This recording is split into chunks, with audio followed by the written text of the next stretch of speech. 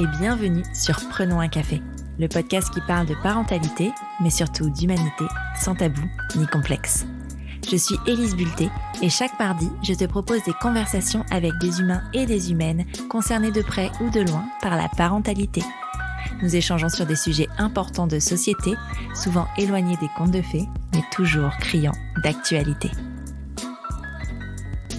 Pour ce troisième café frappé, je suis ravie de retrouver Maître Olivier Péan de Ponfilly, qui est avocat spécialiste en droit pénal au barreau de Lille et qui défend particulièrement les victimes de violences sexuelles et intrafamiliales. Ce nouvel épisode était une évidence.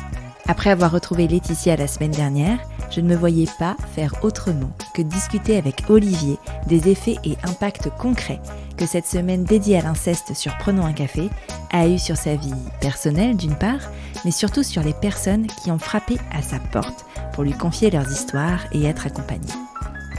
Avec son témoignage, Olivier montre à quel point parler de ces sujets, que ce soit sur un podcast, en famille ou dans le cadre d'une procédure judiciaire, est important. À quel point lever le voile sur les tabous que sont l'inceste, les violences sexistes et sexuelles, les violences faites aux enfants a un impact fort sur toute la société. Parce que lorsqu'on sait que ça existe, on ne peut plus fermer les yeux. Malheureusement, nous avons eu un petit problème technique pendant cet enregistrement et il manque l'introduction d'Olivier, pendant laquelle il se présente en quelques mots. Mais, si je peux me substituer à ces mots, Olivier Péan de Ponfilly est un chouette gars qui comprend la nature humaine et qui a choisi de dédier sa vie professionnelle à celles et ceux qui ont eu affaire au très mauvais côté de cette nature, pour que plus jamais elle ne soit silenciée, pour que les victimes qu'elles étaient deviennent des résistantes. Tu pensais être seule à galérer ? Mets tes écouteurs et prenons un café. Frappez. On s'est rencontrés la première fois dans le cadre de cet épisode avec Laetitia où on avait ce témoignage de l'inceste et moi je trouvais assez logique de proposer aux auditeurs et aux auditrices, majoritairement aux auditrices, des ressources finalement, des clés sur ce qui pourrait les aider à se défendre pour toutes les victimes qui auraient justement besoin d'être accompagnées, d'être aidées. Et c'est dans ce cadre-là, j'avais lancé, je me souviens, un appel sur Instagram. Est-ce que quelqu'un connaît un avocat spécialisé dans ce domaine des violences intrafamiliales? Et on m'avait donné ton nom et je t'ai contacté et ça a été très très vite. On a enregistré cet épisode qui dure un petit moment quand même, je crois qu'il dure un peu plus d'une heure. Ouais. Voilà, qui a été... c'est drôle parce que moi, j'ai pas eu tant de retours que ça sur cet épisode, ce qui est logique parce que c'est un sujet tellement intime et tellement touchy qu'on vient pas forcément me dire à moi et presque tant mieux en fait qu'on vienne pas me dire à moi. En revanche, toi, t'as eu beaucoup de retours sur cet épisode. Est-ce que tu peux nous parler de l'impact qu'a eu cet épisode ? Alors, curieusement, j'allais dire le premier impact, ça a été sur moi. Parce que quand tu m'as appelé, je me suis dit qu'est-ce que c'est que ce podcast bizarre, à qui vais-je aller parler de ces choses importantes? Donc je suis allé écouter un certain nombre des interviews, podcasts que tu avais fait. Et donc je le dis parce que ça a été aussi pour moi une source d'ouverture sur des choses que je connaissais mais qui m'avaient jamais interpellé vraiment. Et donc j'ai lu des choses sur le postpartum, sur la coparentalité, j'ai lu que tu posais la question à tout le monde sauf à moi, mais c'est très bien comme ça. Est-ce que tu as toujours voulu avoir des enfants? Mais blague à part, j'ai envie de dire, c'était bien parce qu'en fait ça m'a ouvert sur des sujets qui concernent mes sœurs, ma mère, mes enfants, mes copines. Et ça, c'était très bien. La deuxième chose, c'est que j'ai des amis, filles et mecs d'ailleurs, qui écoutaient ce podcast, que moi je connaissais pas, je le confesse, c'est ma très grande faute, qui m'ont appelé et qui m'ont dit « mais on savait pas que tu faisais ça ». Donc je vais dire déjà, dans la sphère personnelle, il y a eu un petit impact. Alors on n'est pas là pour parler de mon nombril, même si moi ça m'intéresse beaucoup, mais c'était le premier impact assez inattendu. Je me souviens plus particulièrement d'une copine qui m'a dit « je t'ai écouté ce matin en voiture ». Je dis « alors ça c'est extraordinaire ». Bon voilà, et du coup ça a été aussi, et c'est pour ça que ça nous rapproche quand même du sujet, l'occasion de parler avec des gens de mon entourage proche de ce sujet. et de m'apercevoir que même des gens que je pensais armés, tu vois, voilà, qui s'intéressent à la parentalité, bref, à tout ce que tu évoques dans le podcast, je pensais qu'ils étaient armés pour faire face aux difficultés de qu'est-ce qu'on raconte à nos enfants, comment on les met en garde, qu'est-ce qu'on leur dit et qu'est-ce qu'on surveille. Et en fait, je me suis rendu compte que, non, pas plus que ça. Donc c'était une première occasion de faire du préventif. J'avais absolument pas pensé que ça servirait à ça. D'ailleurs, j'avais pas pensé que ça servirait à quoi que ce soit de spécial, mais en tout cas, voilà, premier effet de ce podcast. Les proches me posent des questions. J'allais dire, posez-moi les questions que vous n'avez jamais osé me poser. Et en fait, c'était facile puisque c'était pas des questions qui les concernaient eux, c'était des questions qui concernaient ce qu'ils avaient entendu. Ensuite, après ce premier podcast, j'avais absolument pas anticipé que ça allait amener. Alors, pas de la clientèle, parce que c'est pas des clients, enfin c'est aussi des clients, mais des gens qui sont venus me confier un peu de leur vie. Ouais, parce qu'en fait c'est plus de l'ordre de la confession que du clientélisme.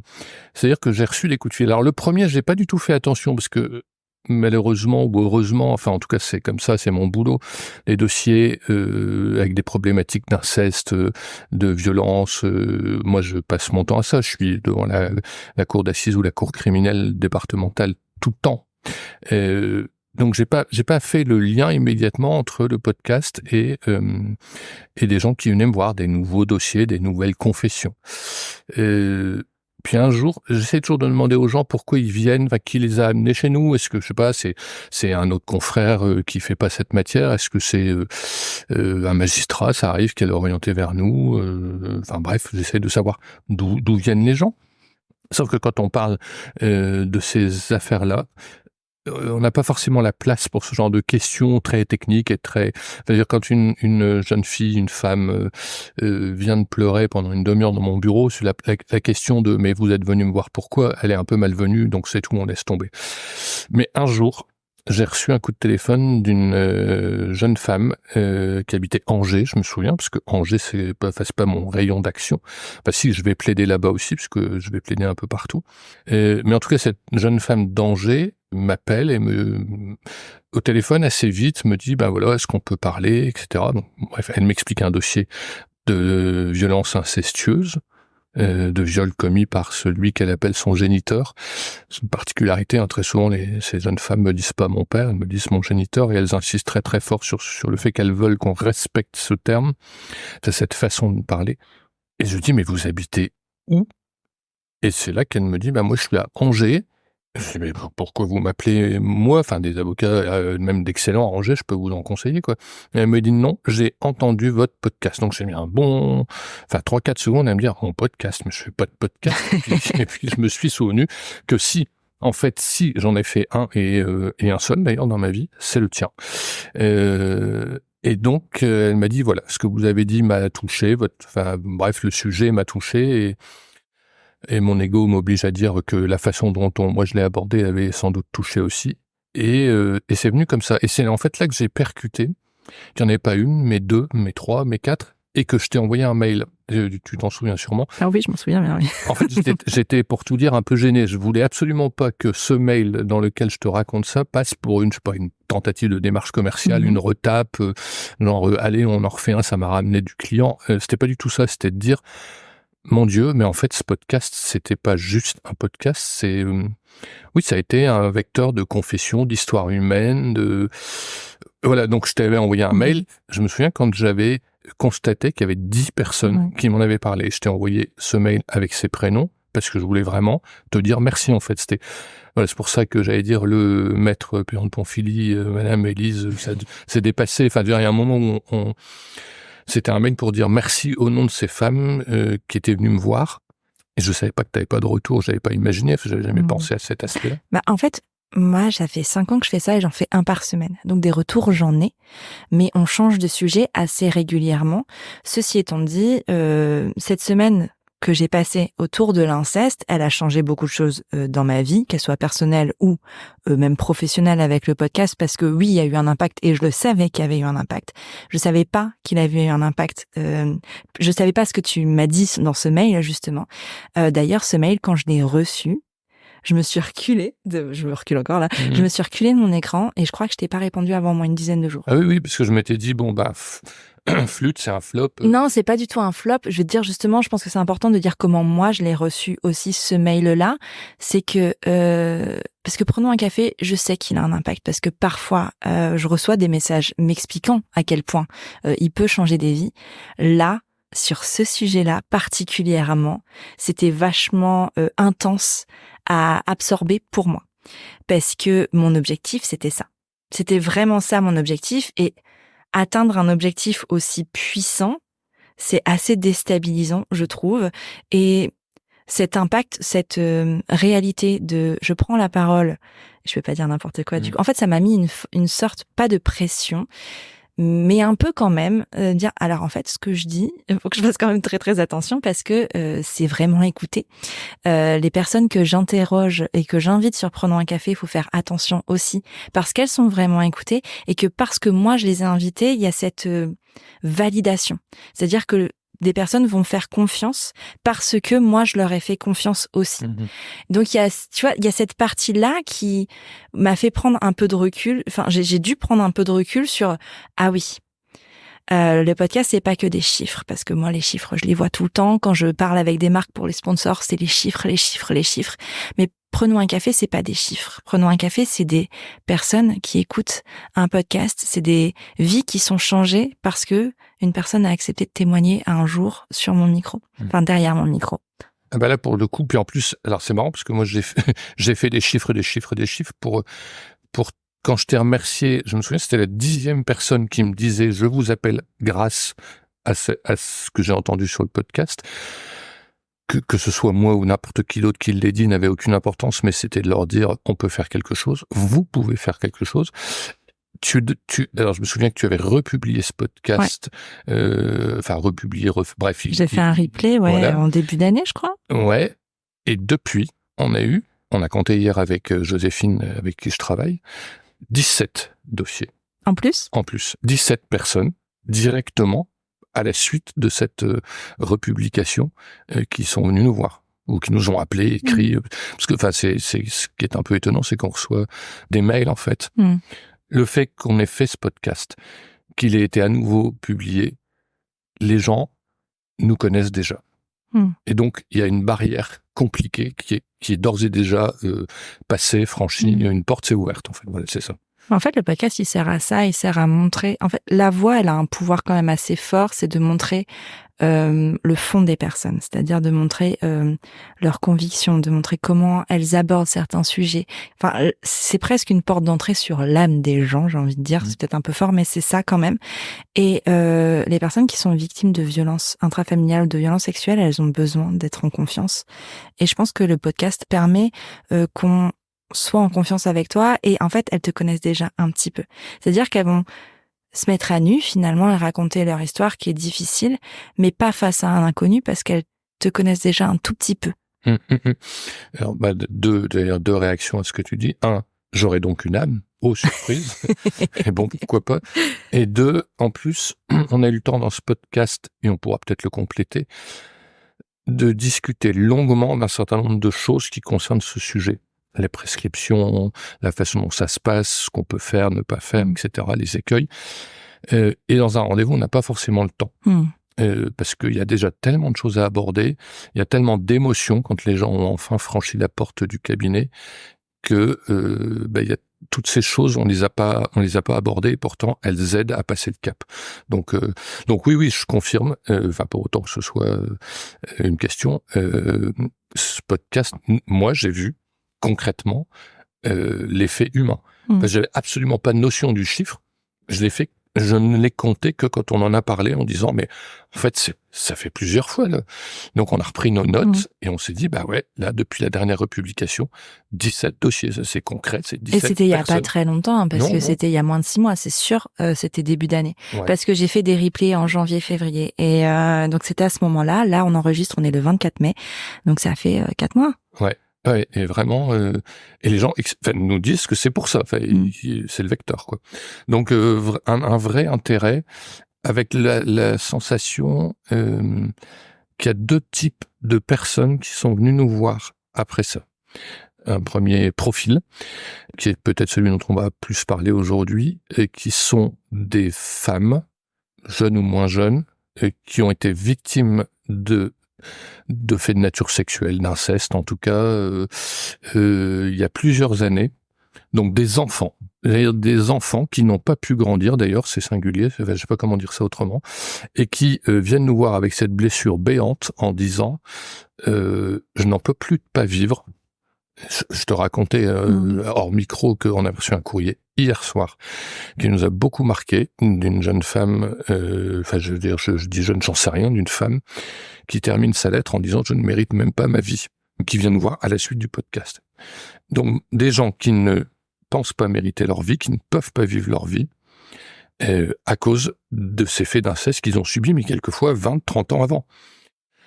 Donc ça a soulevé tout un tas de problématiques qu'on pourra développer tout à l'heure, sur la prescription, sur etc., etc. Ça, c'est le premier profil.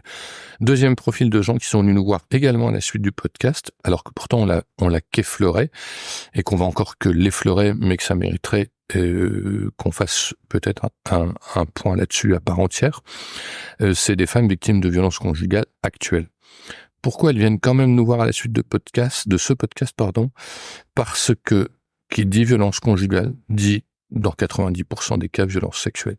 Enfin, une femme sur laquelle on estime avoir des droits tels qu'on peut lui mettre une raclée, quand se pose la question de j'ai envie de toi, enfin d'ailleurs on dit pas j'ai envie de toi, on prend point barre. Donc il y a cette connotation sexuelle qui est très compliquée à aborder, parce que si les femmes acceptent difficilement de dire qu'elles ont été victimes de violences type coups, des claques, des coups de poing, des coups de pied, quand on aborde la question des viols, puisque ce sont des viols conjugaux, elles nous disent toutes non, il y en a pas, ou oui, mais c'est mon mari.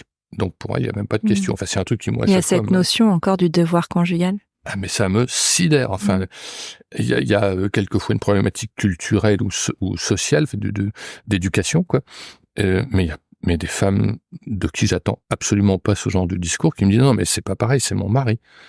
Donc aujourd'hui, 2024, des femmes qui pensent que un mari qui leur impose un rapport sexuel, c'est normal, c'est autorisé.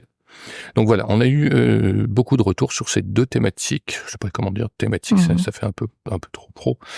Et voilà. Donc ouais, c'est des personnes. C'est marrant parce que j'ai envie de dire c'est des petites personnes, des petites filles ou des petits gars. Parce qu'on a eu les deux, filles et garçons, majoritairement des femmes, mais on a eu aussi sur les 17 là, il y a 2 hommes qui sont venus nous.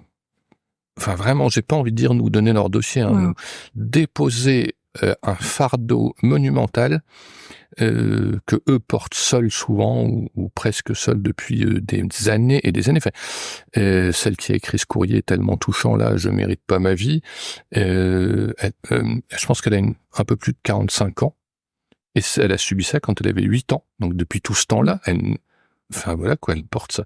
Et ils viennent déposer ça. Tu sais, j'avais vraiment l'impression, c'est physique, j'ai l'impression de les voir avec un énorme truc dans les bras et d'ouvrir sur mon bureau, leurs 2 bras, et de déposer un fardeau. Je termine chacun de ces rendez-vous par un conseil, pas du tout juridique, qui est de leur dire maintenant que vous avez déposé tout ça, il faut absolument, je l'ai peut-être dit l'autre fois, mais absolument que vous fassiez un truc pour vous faire plaisir. Parce que vous venez de faire quelque chose d'extrêmement difficile, d'extrêmement éprouvant, fatigant, émotionnellement, etc., etc. Et je leur dis, faites un truc pour vous faire plaisir. Donc souvent, ça fait tellement de temps qu'ils se font pas plaisir, ou qu'ils ne s'estiment pas légitimes à se faire plaisir, parce que ce sont de mauvais enfants, c'est parce que c'est ça, qu'ils me disent, non, mais je peux pas. Pour plein de raisons. Il y en a qui me disent j'ai pas de sous parce qu'il y a des problèmes économiques, ou j'ai pas le temps, ou je sais pas comment me faire plaisir. Et souvent, je leur dis écoutez, allez prendre un café en terrasse avec un bon bouquin si vous aimez lire, ou juste seul à seul avec vous, ou avec votre meilleure copine ou copain. Juste un café, 2,50 €. Il y en a même une à qui j'ai donné les 2,50 €, parce que je sentais que ça serait rare. C'était pas une question de sous, c'était une question de dire, c'est pas vous qui allez dépenser illégitimement de l'argent, c'est moi. Je vous offre ce café. Et tu sais ce qu'ils font à chaque fois? Ils pleurent quand je leur ai dit ça. La première fois, j'étais sidéré en disant, j'étais même gêné. Je me suis dit, merde, j'ai dit un truc qu'il fallait pas. Je suis trop rentré dans l'intimité et tout. Non, il pleure parce que il s'estime en droit de se faire plaisir pour la première fois depuis un temps fou. T'es peut-être la première personne qui leur dit qu'elles ont le droit de le faire ou qu'elles ont la possibilité de le faire. Ouais. Souvent, je suis la première personne qui leur dit, vous avez été victime de viol. Ouais. Donc déjà de poser le mot. Votre père, grand-père, voisin est un pédophile incestueux. Et donc ça, c'est aussi... il y en a une l'autre fois qui m'a appelé de Tours. Ouais, c'est ça, Tours. Et qui m'a dit, vous êtes le premier à dire ça. À dire, mais bon Dieu, mais vous êtes allé voir qui avant, quoi. Enfin, peut-être personne d'ailleurs. Et ouais, c'est très surprenant mais c'est systématique. Enfin, alors, je suis très touché à chaque fois parce que j'estime que c'est vraiment une énorme preuve de confiance, peut-être même plus que de me confier ce qu'elles ont subi, qui reste quand même un interrogatoire assez technique, parce qu'il faut déterminer juridiquement. Enfin, d'ailleurs, moi, je suis touché, mais avant tout, je me dois d'être là comme conseil, comme avocat et comme juriste. Donc, on a des questions techniques, mais quand on aborde ces dernières 5 minutes du rendez-vous, où je leur propose, c'est jamais qu'une proposition d'aller faire un truc pour elles, moi, je suis toujours très ému, et c'est systématique, encore une fois, ça pleure. Donc, c'est quel cadeau, quoi. Enfin, voilà, c'est ça que tu disais, oui, ça a un impact, etc., qui est pas juste des statistiques. Ben, moi, j'ai envie de dire, ça a un impact, c'est pas juste juridique. Des gens qui s'abandonnent au point de pleurer, quelques secondes, hein, enfin, bref, j'ai fini par avoir une boîte de mouchoirs à portée de main sur la table de rang. Mais vraiment, parce que je me dis, mais voilà, quoi. Puis c'est un moment de grande pudeur, de grande confiance, enfin, voilà. Donc, impact direct humain de ces 2 podcasts finalement, enfin de ce podcast en 2 fois, quoi. Carrément. Tu parlais tout à l'heure là de cette personne qui t'a contacté alors qu'elle a, on va dire, milieu de la quarantaine et les faits se sont produits quand elle avait 8 ans. Tu parles de prescription. Je pense que c'est important de faire un rappel sur ces questions-là. Quels sont les délais de prescription et comment ça marche cette notion de prescription? Alors en fait, c'est le truc où je vais botter en touche en disant je peux pas répondre. Pas je ne veux pas, mais parce que c'est quelque chose de très compliqué. Il y a eu 3 lois successives sur la prescription qui disent à partir de quand des faits sont prescrits.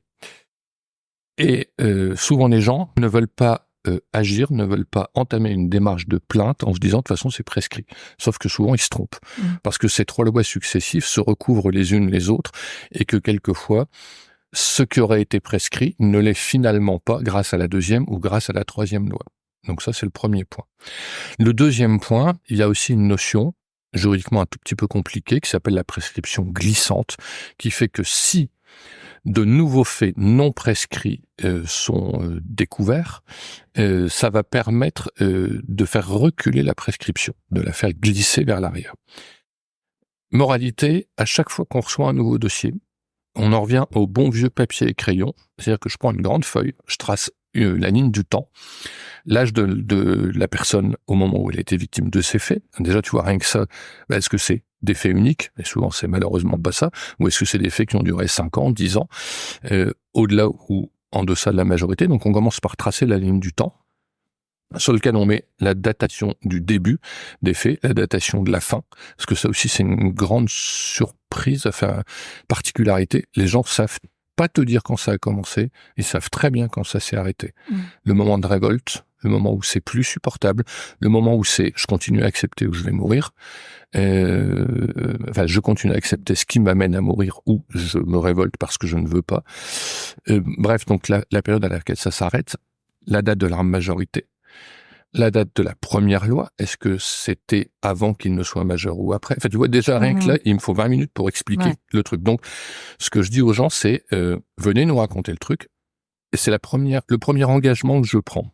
C'est-à-dire, si c'est prescrit, je vais pas vous balader en disant oui, il faut y aller. Non, c'est la première chose qu'on va vérifier. C'est la première, ces gens, ces femmes, ces hommes, encore une fois, je dis plus facilement ces femmes parce que c'est la majorité des cas, viennent nous confier un truc d'une intimité extraordinaire. La première des honnêtetés qu'on doit avoir avec eux, c'est de leur dire juridiquement ça tient ou ça tient pas. Puis ça permet aussi de poser le cadre de mon intervention, qui est de dire je suis sensible à votre peine, sensible à vos confidences, mais je suis pas votre psy, je suis pas capable, je sais pas faire, je suis pas psy, j'ai pas la formation. Par contre, je vais vous donner des informations juridiques précises, prescrits, pas prescrits. Donc, rien que pour ça, j'ai envie de dire, je vais pas aller plus loin dans mon explication sur la prescription, parce que c'est absolument pas possible de dire en 5 minutes combien de temps ça dure. La deuxième chose, tout aussi importante, sur cette question de prescription, c'est que, comme je te l'expliquais, cette histoire de prescription glissante, donc même si c'est prescrit pour l'une, peut-être que le fait de déposer cette plainte va déclencher ce qu'on appelle une enquête préliminaire. Le procureur, les procureurs sont extrêmement attentifs, ne laissent pas passer ce genre de dénonciation, évidemment, et engagent ce qu'on appelle une enquête préliminaire. C'est-à-dire qu'ils vont enquêter pour savoir, pour vérifier si c'est prescrit, pas prescrit, et pour vérifier s'il n'y a pas autre chose, parce que ça aussi c'est la deuxième ou troisième, je sais plus, c'est une des constantes de ce type de dossier, c'est que un pédophile ne se découvre pas pédophile une fois et unique fois dans sa vie. Enfin, je constate à chaque fois. Les pédophiles aiment une tranche d'âge. T'as les gars qui sont intéressés par, je sais pas moi, les 8-14 ans, quoi.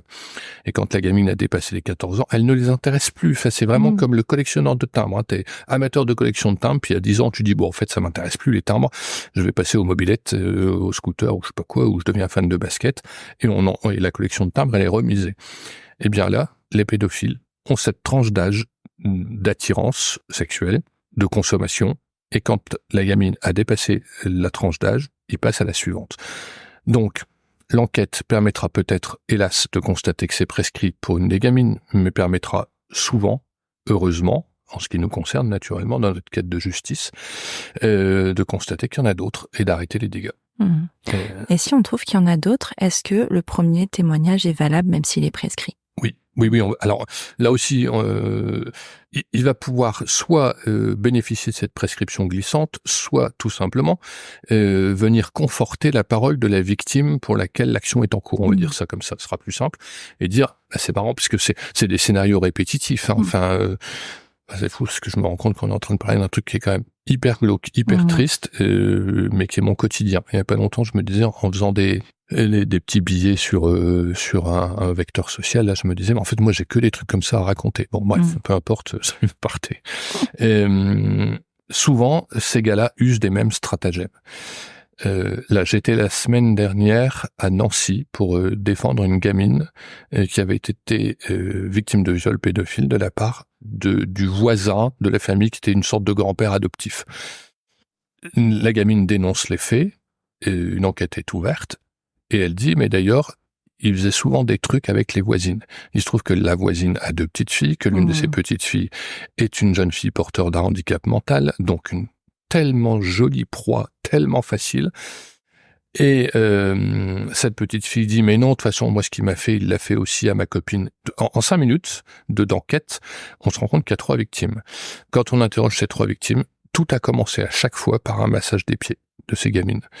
Ce qui permettait au procureur de dire d'ailleurs que en fait, la dimension sexuelle du massage des pieds était absolument pas anodine, et que parce que l'accusé, comme toujours dans ce cas, il disait mais non, pas du tout, enfin je faisais juste des massages, il n'y avait rien de mal et tout.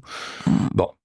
Donc la prescription ne devrait pas, la peur de la prescription en tout cas ne devrait pas être un frein pour contacter, pour parler en fait, pour contacter un professionnel, un avocat spécialiste des violences sexuelles, des violences intrafamiliales, quel qu'il soit d'ailleurs, tant qu'il est compétent. Ça devrait pas être un frein parce qu'en fait on sait jamais et que à un moment ça peut servir quand même, ça peut quand même avoir un impact, et de toute façon la prise de parole, à mon sens, quelle qu'elle soit, a toujours un impact. Qu'elle soit derrière un micro ou dans le privé, ou en famille, ou entre amis, la prise de parole a toujours un impact. Dire « moi aussi » a un impact extraordinaire. D'ailleurs, on l'a vu avec le MeToo. Le MeToo, ça qui a commencé avec les actrices à Hollywood, mais qui aujourd'hui est efficace dans tellement de pans de la société. Alors, pas assez vite, comme toujours sur ces sujets-là, mais il y a un moment, en fait, parler permet le moi aussi. Et le moi aussi est libérateur, parce qu'il permet justement de se sentir moins seul et d'avoir un recours d'action plus grand, et donne énormément de courage aussi à toutes les victimes qui, à un moment, ont été privées de leur force, à qui on a fait croire qu'elles n'étaient pas assez fortes, à qui on a fait croire qu'elles n'étaient pas assez, tout court, en fait. Et d'ailleurs, on en parlait sur le premier épisode, et je pense que ça a beaucoup marqué aussi les auditrices et auditeurs, cette façon que tu avais de dire que ce sont pas des victimes. En fait, à la fin de toutes ces procédures, elles deviennent, quel est le mot que tu utilises? Alors en fait, moi je les vois en trois passages, enfin trois temps. Le premier temps, elles sont victimes en effet d'actes pédophiles, parce que c'est ça en fait. Avant de redire mes qualificatifs, moi je voudrais insister sur le fait que ce soit un grand-père, un voisin, un oncle, un frère, peu importe, un inconnu, c'est des pédophiles qui touchent les enfants, qui ont des pratiques sexuelles. Je dis ça parce que, encore à l'audience de Nancy, là, que j'évoquais tout à l'heure, le gars, l'accusé, il faisait des bons de 2 mètres en me disant, mais enfin, vous n'allez pas me traiter de pédophile. Je dis, je ne vous traite de rien du tout. Je donne un qualificatif juridique sur vos actions. D'avoir des relations sexuelles avec un enfant, c'est un acte pédophile. Donc, et quand on dit ça à nos petites victimes ou à nos grandes victimes ex-petites, quoi, c'est un premier soulagement de dire non mais attendez, c'est bien sûr que c'est absolument pas normal. C'est un truc qui me sidère. Enfin, de la même façon, je te disais tout à l'heure qu'il y a des femmes qui disent des relations sexuelles forcé avec mon mari, c'est normal, il a le droit, c'est mon mari, mais de dire à nos clientes ce que vous subissez est un acte pédophile, on a l'impression que c'est une découverte pour pas pour la plupart, mais pour certaines, de leur dire non, mais votre plainte, elle est complètement légitime. En fait, c'est ça, c'est que souvent elles se sentent pas légitimes à venir s'en plaindre, parce qu'on leur a tellement dit de façon que c'était normal. Que si elles dénonçaient, ça allait être des mauvaises personnes, des mauvais enfants, parce qu'ils allaient faire beaucoup de mal à maman, et que papa allait en prison, et que voilà, la famille allait être détruite. Et c'est vrai, d'ailleurs, ça détruit les familles. Ou ça permet peut-être de les déconstruire pour mieux les construire. Mais c'est pas la parole des victimes qui détruit les familles, c'est les actes des agresseurs. Oui, oui, mais je reprendrai l'explication pour moi la prochaine fois, parce que je suis parfaitement d'accord. Oui. Tout ça pour dire que quand elles franchissent la porte du cabinet, celles qui étaient des victimes, alors du cabinet ou, je crois que je te l'ai déjà dit, du commissariat de police, du bureau du procureur, peu importe, celles qui étaient des victimes sont devenues des résistantes. C'est-à-dire qu'elles ont dit stop, je ne me laisserai plus faire. Et quand on est dans la résistance, c'est dur, parce que d'abord c'est souvent secret, parce qu'on prend des coups, parce que on est qualifié de traître par certains. Enfin, c'est marrant, je m'étais jamais fait la réflexion, mais reprendre tout ce qui se dit à propos des résistants pendant la guerre, quoi. Mais c'est exactement la même chose pour mes petites résistantes à moi. Je dis mes petites résistantes à moi parce que c'est une sorte de ronde qui se tient à la main. Donc voilà, et je me mets dans la ronde. Donc elles deviennent des résistantes. Et elles ont déjà gagné. À la seconde où elles ont dit on est une résistante, enfin elles le disent pas, mais où elles le font, elles ont gagné contre l'agresseur. Et la phase suivante, ce sera à la fin, dans longtemps, parce que c'est long et que c'est difficile. Là aussi, on en redira un mot si tu le veux bien. C'est que quand leur parole aura été reconnue par la justice ou tout simplement par l'entourage, voire même juste par elle, ce qui est pas forcément évident, en fait. Enfin, c'est intéressant d'en débattre parce que je me rends compte qu'il y a des choses qui me sautent au visage en t'en parlant. Si simplement elles se considèrent comme maintenant crédibles, ce sont devenues des guerrières. Pourquoi des guerrières ? Parce qu'elles vont à leur tour pouvoir protéger d'autres petites filles. Et moi, je trouve ça extraordinaire parce que souvent elles disent non mais tout ça pourquoi ? Et je leur dis tout ça pour la petite fille que vous étiez, mais surtout pour les petites filles qui sont autour de vous. Et il y en a plein. Je crois que c'est 3 enfants sur une classe sont victimes d'inceste. C'est 1 enfant sur 10 en France. Et c'est 3 par classe. Et 3 par classe, c'est un chiffre. Enfin, le dire de cette façon, c'est hyper marquant parce que, quand on a des enfants, on arrive bien à visualiser la classe de son enfant. Tout à fait. 3 par classe. Lesquels, c'est ça. Et je pense que et on sait lesquels. On sait lesquels. Oui, en tout cas, la maîtresse, elle sait sur lesquels son attention doit être particulièrement polarisée. Je suppose qu'elle ne sait pas exactement. Non. Mais la maîtresse, celle qui fait l'entrée le matin, là, moi je discute toujours avec elle, parce que c'est en même temps la directrice dans l'école de mes enfants.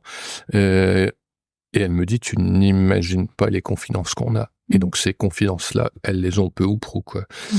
Et donc voilà, donc quand elles sont devenues des guerrières, elles vont pouvoir aider ces 3 enfants sur une classe ou 7 enfants sur 10 parce qu'elles vont reconnaître leur sœur de malheur. Mm. En fait, on parle beaucoup de la sororité. Ouais. C'est dans un de tes podcasts que j'ai découvert l'expression, je connaissais pas. Mais donc, elles vont pouvoir étendre leurs mains au-dessus d'elles pour leur dire, tendre la main, je sais pas où, les prendre par les épaules, et leur dire, si tu veux me parler, tu peux. En fait, c'est juste, voilà. Et c'est devenu des guerrières, c'est des guerrières pacifiques. En fait, ouais, c'est des guerrières qui ont même pas besoin d'épée, elles ont un bouclier surtout, quoi. Ouais, c'est ça. Ouais. C'est ça. Mais c'est cette notion de reconnaissance, elle est valable dans plein de sujets, mais particulièrement sur les violences sexuelles. C'est-à-dire que et les violences sexuelles, les violences intrafamiliales, les traumatismes aussi. Moi, j'aime bien dire la phrase « on se sait ». Quand il y a quelqu'un qui vit les mêmes choses que toi, tu le sais. Ça se voit, en fait. C'est... Alors, pour pouvoir dire ça, il y a un moment, il faut que je dise aussi certaines choses. C'est que moi, à un moment dans ma vie, oui, j'ai été victime de violences sexuelles. C'est un fait. Je l'avais jamais formulé comme ça sur le podcast, mais j'en ai été victime. Et c'est pour ça aussi que tous ces combats-là sont importants pour moi. J'ai pas eu de démarche judiciaire, mais j'ai une démarche qui est différente et qui peut-être explique un petit peu pourquoi je fais tout ça aussi. Mais du coup, ça veut dire quoi quand je dis ça? Ça veut dire qu'en fait, quand j'en vois une autre personne en face de moi qui a été victime de choses comme ça, je le sais. Je le sais automatiquement. Et la personne en face de moi, elle sait qui je suis.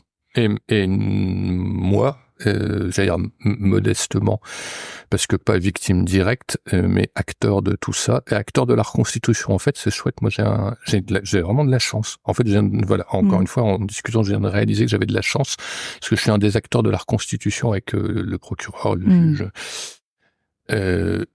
Y compris, tiens, je fais une petite parenthèse, mais y compris quand je suis avocat des auteurs. Puisque ça m'arrive, on ne peut pas se contenter d'être l'avocat des victimes futures résistantes, futures guerrières, mais on est quelquefois les avocats des auteurs, et on peut, parce que les gens me disent, mais comment tu peux défendre des victimes de faits incestueux, et également des auteurs, des pédophiles?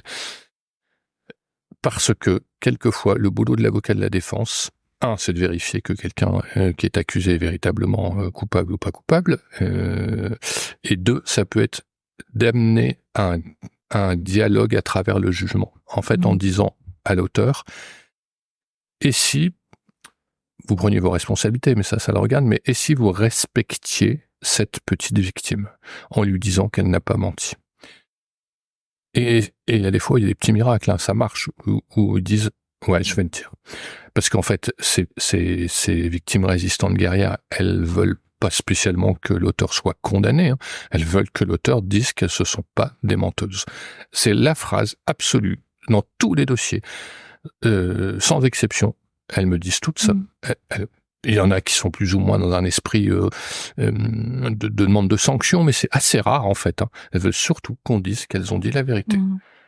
C'est tout. Mais la reconnaissance, elle est hyper importante dans plein de sujets. Là, c'est parce qu'on est sur des sujets hyper profonds, hyper intenses. Mais la reconnaissance d'un fait, par exemple, même quand tu te disputes banalement avec ton mari et que tu sais que t'as raison, t'attends quoi en fait pour arrêter la dispute? C'est qu'on te dise que t'as raison. Et ben en fait, c'est exactement la même chose. Enfin, c'est le même processus dans toutes les sphères. C'est qu'à un moment, la reconnaissance, elle est hyper importante parce que c'est difficile d'avoir en face de soi des personnes qui nient constamment ta vérité. Ce qui est fou, c'est que en plus ça doit, enfin genre pour le coup je l'ai pas vécu, mais je le vois à travers les discussions que j'ai avec ces femmes, c'est que il faut qu'elles commencent par faire, me semble-t-il, et encore une fois je déborde, hein, mais c'est plus de l'ordre du psychologue, enfin des compétences d'un psychologue, mais il faut qu'elles commencent par se reconnaître le fait d'être responsable de rien du tout. Ça veut dire merde de merde, quoi. À la fin, il y a un moment, il faut qu'on dise les choses. Elles sont pas responsables que leur grand-père ou que leur père ou que bref, quelqu'un ait mis ses doigts sur elles. Et j'ai l'impression que c'est déjà un travail énorme. C'est peut-être d'ailleurs le principal frein. Tu vois, tu me posais la question de la prescription, c'est important, bien sûr, mais en fait, quand on en est à se poser la question de la prescription, c'est qu'elles ont déjà poussé la porte du cabinet. Donc, une première partie extrêmement importante du boulot qui est de dire j'ai le droit de me plaindre, j'ai le droit de dénoncer, est déjà fait. Et pour rebondir sur ce que nous disions tout à l'heure à propos de la parole et l'importance de dénoncer, parce que c'était ça avant notre digression. Ouais, mais ça, on a l'habitude. Ouais. De toute façon, on va encore partir pour 1 heure de discussion, je le sens. Oh, on est déjà à 39 minutes, tu sais. Ah oui, bon, donc, c'est que cette parole, on l'avait évoqué dans le premier podcast, de dire à l'auteur, les yeux dans les yeux, et même si on a très très peur de lui, mais en faisant semblant, je ne me tairai plus, c'est déjà un pas immense, c'est déjà gagné. La deuxième chose, c'est de dire à sa famille, vous le saviez tous. Parce que, enfin, là aussi, j'allais dire, arrêtons de leurrer je sais pas de pourcentage, mais dans une part importante des cas, tout le monde le sait. Enfin, je veux dire, on dit, ah ouais, mais c'est le tonton Gérard, tout le monde sait bien que ça se marre Gérard, comme Gérard Depardieu. C'est le tonton Gérard, et on sait bien que le tonton Gérard, il a la main facile, la blague un peu lourde, et voilà. Et donc de dire, mais arrêtez de cautionner par une espèce d'humour graveleux le fait que c'est des faits inadmissibles. Donc cette parole, c'est comme une pierre jetée dans l'eau. Et on pourrait croire qu'elle coule et qu'elle va disparaître, pas du tout. Elle fait des ronds. Le premier rond, c'est la personne directement victime qui dit à son auteur, je ne me tairai plus. C'est bon, la petite fille de 5 ans, elle s'est tue, mais moi je me tairai pas. Le deuxième rond dans l'eau, c'est de dire aux proches immédiats, ne vous taisez plus non plus, vous le savez, ou si vous ne le savez pas de bonne foi, ça peut arriver, je vous le dis, et je vous le dis clairement. Le troisième rond dans l'eau, c'est les autres victimes, proches ou moins proches, qu'on découvre. Mais moi je suis sidéré, et c'est pour ça qu'il faut parler. Il faut parler pour protéger les autres. On découvre donc d'autres victimes. Là, ce dossier à Nancy, où tout d'un coup, il y a 1, 2, 3 victimes, mais vraiment en très peu de temps. Le rond suivant dans l'eau, c'est de dénoncer, j'allais dire, dans l'entourage public. C'est pas aller crier ça sur les toits, mais c'est... je pense à un autre dossier que j'ai où l'auteur présumé est un notable dans une petite ville, voilà, maire, président de ci, président de ça, et donc tout le monde dit mais non, mais le maire c'est pas possible, enfin il fait tellement de bien, ici de dire mais si, justement il profite en plus ce directeur d'un conservatoire et tout, il profite de son aura et de ses fonctions et de la protection que ça lui donne pour pouvoir abuser, donc de dire on va dénoncer ça, enfin c'est bon, ça suffit, on ne se taira pas. Souvent d'ailleurs les gens qui viennent me voir, les victimes me disent oui mais il est membre de tel, je sais pas quoi, confrérie, association, machin et tout, vous savez, il a le bras long. Je dis souvent, il a peut-être le bras long, mais il a le bras sans doute moins musclé que moi, quoi, parce que voilà, c'est pour me donner mon petit côté héros à moi, quoi, mais j'ai pas peur. Enfin oui, il peut être membre de 40 confréries, je m'en fous, ça me fait aucun effet. Moi je suis membre de rien du tout, je suis pas syndiqué, je suis asservi à aucune obligation, et on dénoncera. Et on dénoncera, même si c'est le maire de Trifouilly les Oies, ça me gêne pas. Donc c'était le rond suivant, et puis le dernier rond, c'est le rond de la justice. Tiens, on va emmener cette plainte jusqu'à un juge, instance suprême qui pourra valider et dire. C'était vraiment ça à Nancy, là, quand on est sorti du délibéré, qui était à 22h. Tant dire que j'ai apprécié ma journée, un départ le matin à 8h, arrivé à Nancy à 13h, je plaide 3h, et je reprends la voiture. En fait, j'attends le délibéré jusqu'à 22h, et je reprends ma voiture. Et la gamine, elle s'est effondrée en larmes en disant, donc le juge m'a cru. Et je dis, bah oui, bien sûr qu'il t'a cru. Enfin, qu'ils t'ont cru, parce qu'ils étaient 3. Donc voilà. Donc oui, l'importance de la parole, enfin, fondamentale, tous les échelons de l'histoire. Mais tu vois, cette jeune fille qui s'effondre après le verdict, en même temps, c'est compréhensible parce qu'on entend tellement d'histoires où ça n'aboutit pas, où il y a des non-lieux, où les gens, enfin, tu vois, il y a ces questions-là aussi qui sont hyper importantes et qui peuvent être un frein à la dénonciation, justement, de dire, bah en fait, ok, je peux dénoncer, mais potentiellement ils vont être protégés par la justice et c'est eux qui vont s'en sortir et pas moi. Alors, plusieurs choses importantes. Tu parlais de MeToo, des actrices, etc. C'est génial parce que ça donne une visibilité aux choses. Moi, ce que je voudrais aussi souligner, c'est le peu de dénonciation, j'allais dire, de gens comme toi et moi. N'est pas actrice à Hollywood qui veut, avec la protection, l'aura, l'argent et les moyens que ça donne.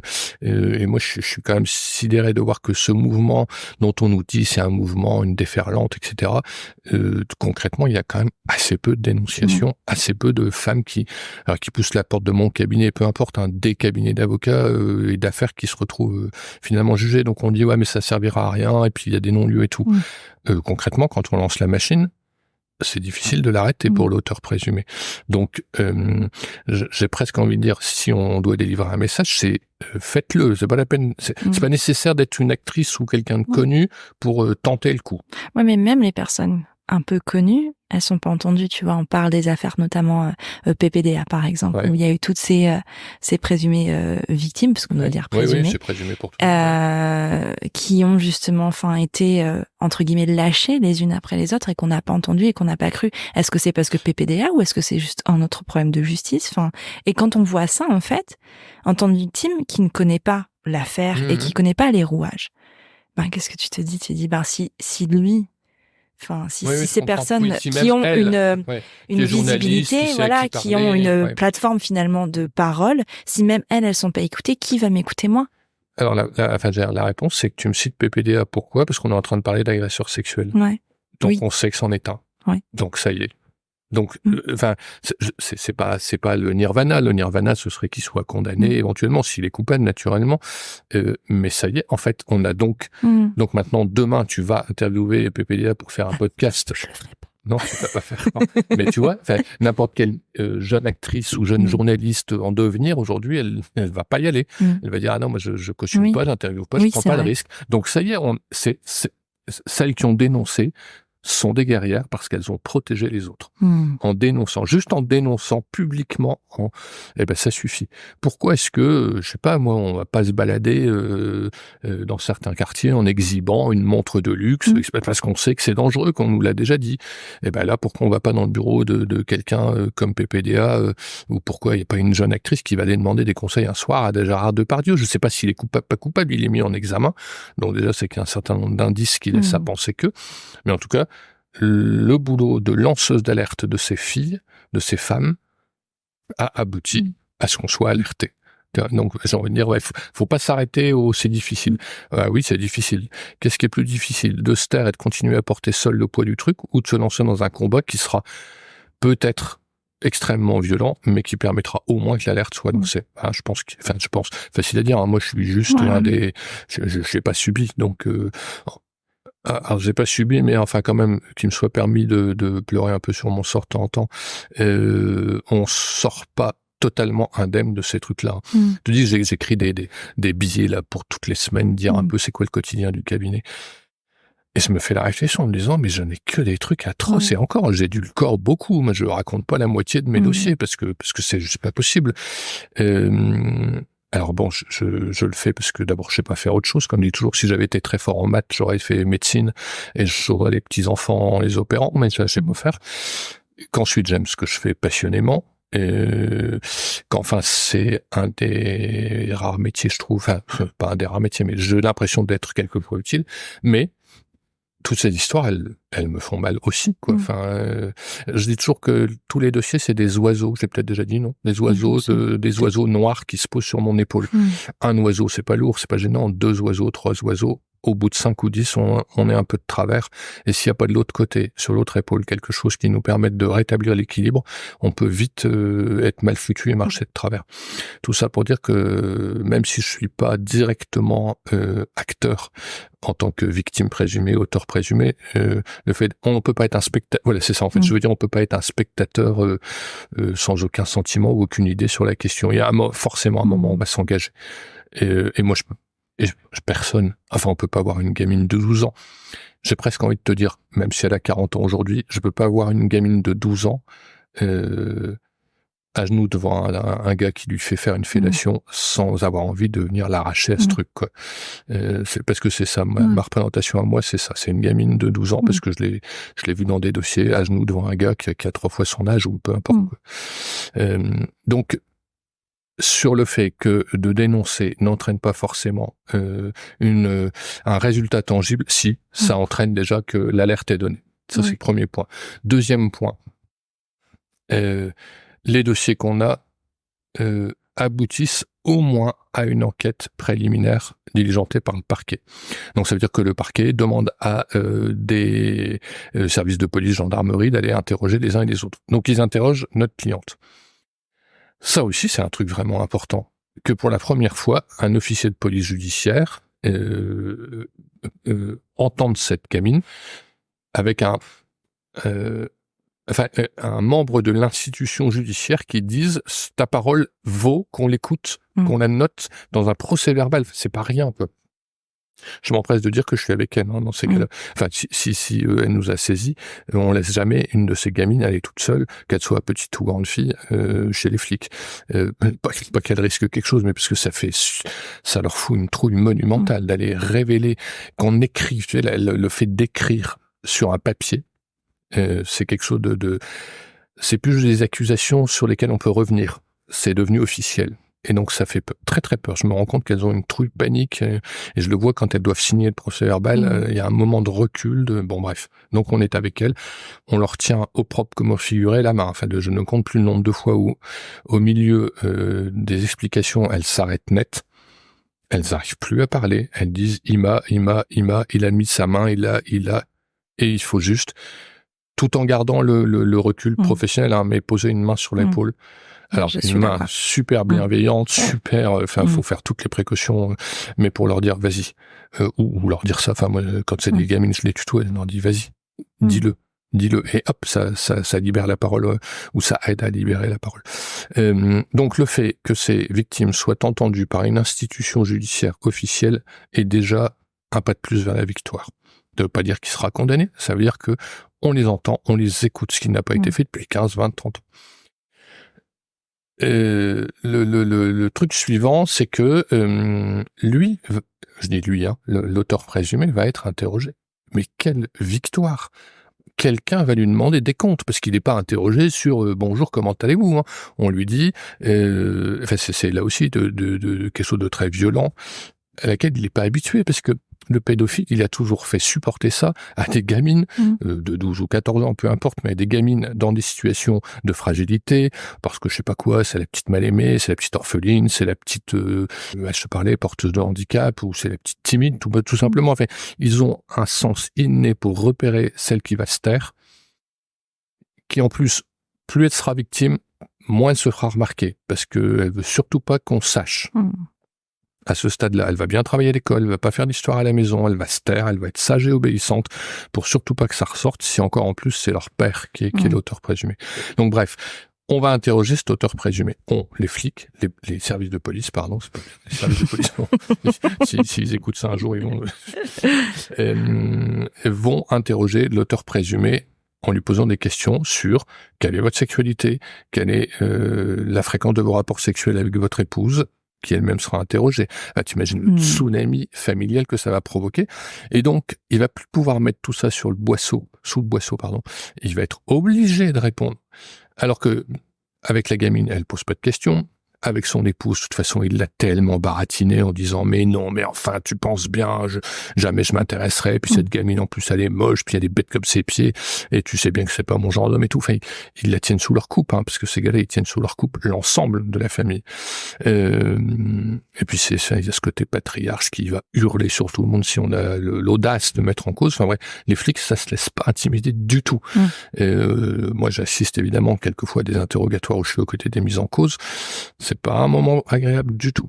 Donc ça, c'est une deuxième victoire. Première victoire, donc elles ont osé remettre en question le silence. Deuxième victoire, elles sont interrogées par une institution. Troisième victoire, le dossier va peut-être être transmis au procureur de la République, va être transmis par le procureur de la République, à un juge d'instruction pour l'ouverture d'une information judiciaire. Donc une super enquête, on va dire, avec un juge d'instruction, dans lequel on va peut-être, pas tous les coups, mais peut-être officiellement notifier à celui qui est mis en cause, qu'il est non plus simplement mis en cause, mais mis en examen. On est mis en examen quand il existe un certain nombre d'indices graves ou d'indices concordants, c'est l'un ou l'autre, permettant de penser que l'infraction a été commise. Donc, dans le dossier de Nancy, 3 gamines qui disent la même chose sur des faits de nature sexuelle qui ont été commis sur leur personne par ce type-là. Ça, c'est des indices concordants qui disent avec 3 personnes. Certes, il n'y a pas de témoins, mais il y a 3 personnes qui disent la même chose dans les mêmes endroits avec les mêmes conséquences. Et on dit, aux mises en cause, vous êtes officiellement mis en examen. Alors, on dit mis en examen, ça veut dire accusé. Hein. Et là aussi, quelle victoire de dire le silence n'existe plus, il peut plus se draper dans un homme comme moi, enfin vous pensez bien, je suis un type extraordinaire, etc., etc. Il est mis en examen. Alors ils disent tous, oui, la mise en examen, enfin on l'a vu là avec tous les membres du gouvernement, ils sont tous mis en examen. Voilà, ils sont mis en examen les uns après les autres et ils nous disent tous, non mais présomption d'innocence, oui, présomption d'innocence, ok. Enfin les juges mettent pas en examen les gens juste pour le plaisir de montrer qu'ils peuvent le faire, ils le font parce qu'ils ont des indices graves ou concordants. Mais on parle jamais de présomption de culpabilité. Non, parce que c'est l'inverse. C'est pas aux mises en cause de démontrer qu'il n'est pas coupable. C'est le système judiciaire français, et à mon avis c'est heureux.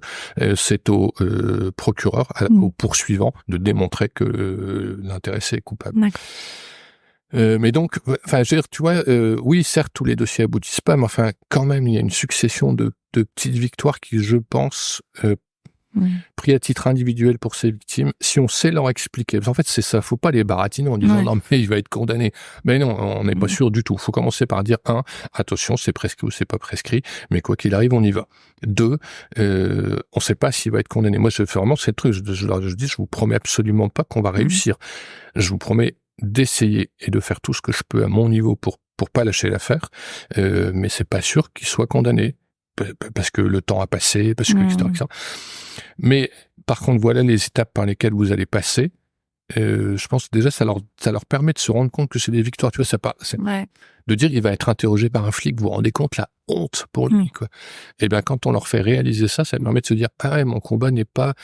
En fait, le combat, c'est pas d'obtenir une condamnation, c'est d'obtenir la libération de la parole. En fait, c'est marrant. Là aussi, j'avais jamais pensé comme ça. Mais si on Bienvenue en thérapie, prenons un café. Merci. Oui, j'ai fauté moi aussi. Mais voilà, le fait de parler, c'est gagné. S'il y a une condamnation à la clé, ce sera encore plus gagné. Sur le plan moral, sur le plan judiciaire et sur le plan financier. C'est pas neutre non plus là aussi. Mais la deuxième, pourquoi je dis la deuxième chose? De toute façon, ça fait 15 choses. Il y a 12 choses, tu sais, on y est à une heure.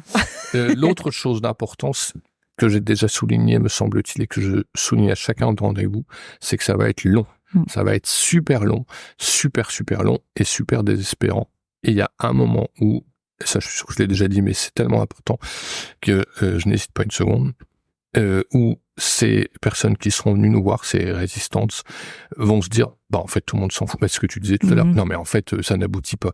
Il y a vraiment un moment où on se dit, ça n'aboutira pas. Et c'est peut-être là, d'ailleurs, où l'avocat a un vrai rôle à jouer. En tout cas, où moi, je pense qu'on a un vrai rôle à jouer, c'est de dire, alors ça fait 1 an, ça fait 1 an et demi, ça fait 2 ans, mais je vous ai pas du tout oublié, et j'ai relancé le magistrat, dont je sais qu'il a 50 dossiers en souffrance, parce qu'il y a ça aussi, faut voir, c'est pas pour faire, c'est pas pour être un flagorneur, mais les magistrats, ils bossent comme des dératés, moi j'ai des copains magistrats, on les côtoie au quotidien, ils bossent comme des fous, ils ont un nombre de dossiers hallucinant, donc ça avance pas vite, oui, parce que ils ont pas les moyens, qu'on leur donne 3 greffiers en plus, qu'on nomme 50 juges de plus sur la juridiction de la cour d'appel de Douai, et les dossiers iront plus vite. C'est pas le cas aujourd'hui. Mais c'est pas pour autant qu'il faille lâcher l'affaire, et le boulot de l'avocat, que je suis, pénaliste, c'est de relancer le juge, ou le procureur, ou les policiers, d'accompagner les clientes, ou les clients, et de les rassurer, et de bien expliquer où on en est. En fait, c'est ça. C'est comme quand on va, j'ai accompagné un enfant à un rendez-vous chez le médecin hier à l'hôpital, rien de grave, je rassure tout le monde, mais rendez-vous, je le prends à 8h en me disant, à 8h, c'est bon, à 8h15, on y est, à 8h30, je suis sorti, à 9h, je suis au bureau, et les 40 dossiers qui m'attendent, je peux y aller. À 9h10, j'étais toujours pas dans le bureau du médecin. Et je vais aller voir l'infirmière, je lui dis, dites-moi juste s'il y a un souci. En plus, il est médecin, donc je peux comprendre qu'il y a un certain nombre d'urgences qui se présentent à lui entre une consultation bénigne pour un problème bénin et je sais pas quoi, un suivi post-opératoire. Mais dites-moi juste où on en est. Et elle me dit, mais oui, en fait, il y a un problème, il a dû retourner voir un patient qu'il a opéré hier. J'ai dit, ok, je vais attendre. Donc, si on fait la même chose avec notre processus judiciaire en disant, alors voilà, en ce moment, le juge a lancé une expertise, par exemple, de l'auteur, une expertise psychiatrique. Et donc, on attend la nomination de l'expert, parce que c'est un gros problème, il n'y a pas assez d'experts non plus, tout est tellement pauvre. Bon, bref, si on dit, voilà, en fait, ils viennent de nommer l'expert, ça y est, je vous montre la mission qui a été donnée à l'expert. Bon, maintenant, on attend le rapport de l'expert. Ben, je pense que notre victime, elle se dit pas, en fait, ça servit à rien. Elle se dit, ce qui est pas non plus formidable, mais c'est long. Mais voilà où j'en suis précisément. Enfin, il faut lui montrer les étapes, quoi. Ouais, carrément. Et pardon, je te coupe parce que je t'en prie, j'allais pas parler. Il faut il faut leur faire confiance. Enfin, je veux dire, c'est pas des andouilles, hein, mes clientes. Elles savent parfaitement comprendre. Elles ont peut-être pas fait comme moi cette année de droit, mais enfin, si on leur explique bien avec des mots simples, si on descend un peu de notre piédestal de professionnels et qu'on leur dit, voilà, on en est à tel stade, elles parfaitement à même de comprendre et donc de patienter. De toute façon, ça fait 15 ans qu'elles attendent. Alors, on n'est plus à 3 ans près. Hein. Oui, carrément. Puis la procédure étant lancée, il y a même plus ces questions de prescription, puisque à partir du moment où c'est lancé, la prescription s'arrête. Ouais, c'est interruptif de prescription, comme on dit. Ouais. Tu sais, pendant que tu parlais, tu vois, au début, on se demandait pourquoi les personnes qui t'avaient écouté sur Prenons un café, elles venaient te voir après avoir écouté. Pourquoi elles venaient te voir? Et en fait, je crois que je l'ai compris en t'écoutant parler. C'est qu'en fait, je pense que on entend tellement ces histoires de problématiques au niveau de certains services de police où on n'est pas entendu. En fait, toi, en parlant aujourd'hui, tu leur dis d'office, je vous crois. Ah bah oui. Et je pense que ça fait toute la différence et c'est ce qui permet en fait cette porte. On parlait de cette porte d'entrée au tout début. Et en fait, c'est ça que tu nous dis là. C'est que tu nous expliques plein de trucs, voilà, tes expériences et tout ça. Mais en fait, la chose principale qu'on entend, c'est ça. C'est je vous crois. Alors, je l'aurais jamais formulé, tellement ça me paraît évident. Et je vais te dire pourquoi. Je ne connais pas. Voilà, on dépose une plainte. Tu fais, je sais pas quoi, notre copine dépose une plainte pour des faits de viol qu'elle a subis. Elle va passer à la médecine légale. Elle va se retrouver sur la table du gynéco avec la lumière des néons, un gynéco qui est 3 fois sur 4 un homme qu'elle ne connaît pas et qui va commencer par lui demander est-ce qu'il y a eu pénétration ou pas, est-ce qu'il a éjaculé ou pas. Enfin, on est dans le cru, hein. C'est pas du tout les fleurs bleues et la licorne, elle est bien loin. Je ne connais pas une femme au monde qui aille chez le gynéco, la fleur entre les dents, en disant chouette, j'ai rendez-vous chez le gynéco, ça va être un bon moment, même quand c'est pour. Enfin, là, je parle parce que j'écoute mes sœurs, mes amis, mes conjointes, ma conjointe. Bref, tu coupes ça. J'en ai qu'une. Non mais voilà, enfin, j'essaye vraiment d'être un bon compagnon attentif à ces problématiques qui sont pas les miennes, mais jamais elle m'a dit chouette j'ai rendez-vous avec un tel pour aller manger, oui, mais chouette j'ai rendez-vous chez le gynéco, ça jamais. Donc quand en plus c'est dans le cadre d'un traumatisme énorme qu'on vient de subir, puis quand on a 12 ans, qu'est-ce qu'on sait du gynéco? Enfin, c'est trop tôt, quoi. Enfin, le spéculum à 12 ans, parce que c'est ça aussi, hein, les prélèvements. Donc je ne connais pas une femme qui ait envie de ce genre de choses. Donc quand elles en sont là, mais c'est que c'est la vérité, évidemment, enfin. C'est les auteurs qui disent mon gars à Nancy là, le mis en cause à Nancy, on est devant les juges à la barre. Il y a la gamine derrière qui a 12 ans, enfin le temps de la procédure, elle en a peut-être 13 aujourd'hui, qui raconte, qui dit voilà ce qu'il m'a fait, etc. Pénétration, j'avais mal. Parce que le juge lui dit mais comment vous êtes sûr qu'il vous a pénétré? Il dit parce que j'avais tellement mal et que ça me brûlait. T'inventes pas des trucs comme ça, donc c'est évidemment qu'elle l'a vécu. Quand c'est un mensonge, elle raconte des trucs absolument dingues sur la taille du sexe, elle raconte un film porno sur YouTube. Quand c'est vrai, elle dit j'avais mal. Voilà, j'avais mal et je pleurais et il s'en fichait. Donc ça, c'est la première chose qu'elle dit. Et la deuxième, et donc le juge lui dit au gars, mais enfin, monsieur, qu'est-ce que vous dites face à cette parole de l'enfant, quoi? Est-ce qu'elle ment? Il dit oui, elle ment. Donc j'ai envie de hurler dessus en disant putain, mais au moins la pudeur de lui accorder le crédit de ce qu'elle vient de dire. Une gamine de 12 ans ne ment pas sur le fait qu'elle avait mal au vagin. Enfin, merde, quoi. Et donc, le juge lui dit, vous êtes capable de vous retourner et de lui dire les yeux dans les yeux qu'elle ment. Et là, tous, ils baissent les yeux. Et ils le disent, hein. Oui, elle ment, mais ils le disent les yeux baissés.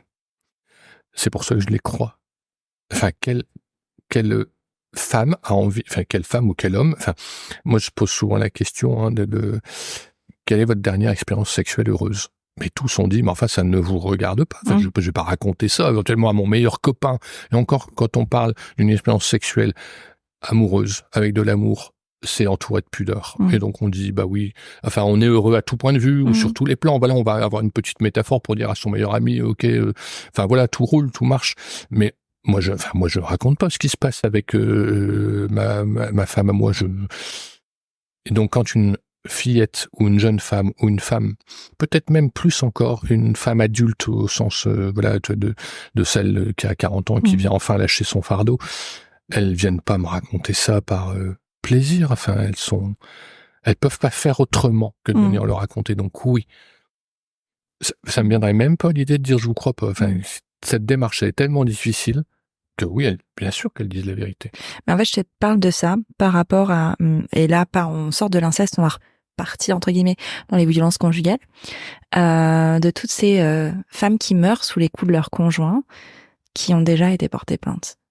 Et ça, il y en a énormément, et la plupart d'ailleurs des femmes qui meurent sous les coups de leur conjoint, il y a un chiffre, je l'ai pas en tête, mais il existe, et la plupart des femmes ont déjà dénoncé, ont déjà été portées plainte, et elles ont été renvoyées là où justement est leur bourreau. Ouais. C'est outre les problèmes d'inceste, de violence sexuelle et tout, je fais partie d'une association de protection des femmes victimes de violences conjugales. Je plaide énormément de dossiers de femmes victimes de violences conjugales, et j'ai plaidé l'année dernière, je pense, je ne voudrais pas dire de bêtises, mais je pense que j'ai dû faire 4 ou 5 dossiers de féminicide, donc de femmes mortes sous les coups de leur conjoint. Enfin, là aussi, je peux te dire que c'est des oiseaux noirs qu'on porte sur les épaules. Enfin, j'appelle ça les douleurs illégitimes. Il y a des fois, j'ai envie de pleurer quand je suis dans ces dossiers-là, ou quand je me réveille en pleine nuit en pensant. Et donc, à l'occasion de la Journée internationale du droit des femmes, j'avais fait, ça n'a qu'une portée très très limitée, mais un petit post où j'avais énuméré 10 noms de femmes que j'ai défendues, et dont, je sais plus, 6 ou 7 sont mortes.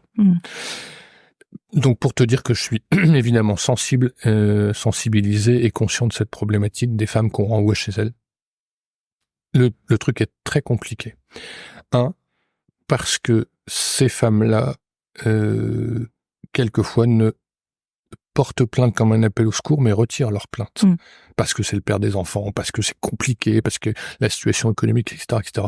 Et le parquet, les flics sont extrêmement démunis quand elles disent, bah non, mais en fait, j'ai menti, ou non, je veux pas poursuivre, ou qu'elles disparaissent tout simplement, enfin, qu'on les voit plus, je veux dire, disparaissent du radar.